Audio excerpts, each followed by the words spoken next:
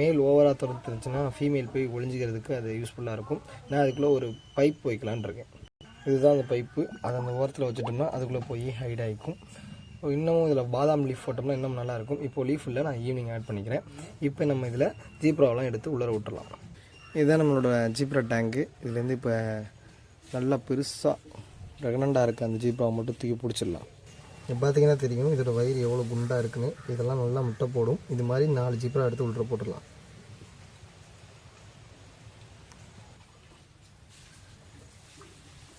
ரெண்டாவது ஜீப்ராவையும் பிடிச்சாச்சு.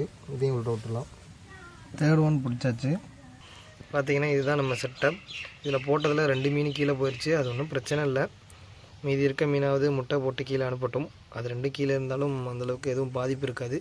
இதை எதுக்கும் பாதாம் லீஃபு அதுக்கு கீழே ஃபாக்ஸ்டீல் போட்டு வச்சிட்டோம்னா அந்த முட்டையும் அதுக்குள்ளே போய் சேஃபாக இருந்துக்கும். இதோட இந்த வீடியோ முடிப்போம். நன்றி, வணக்கம்.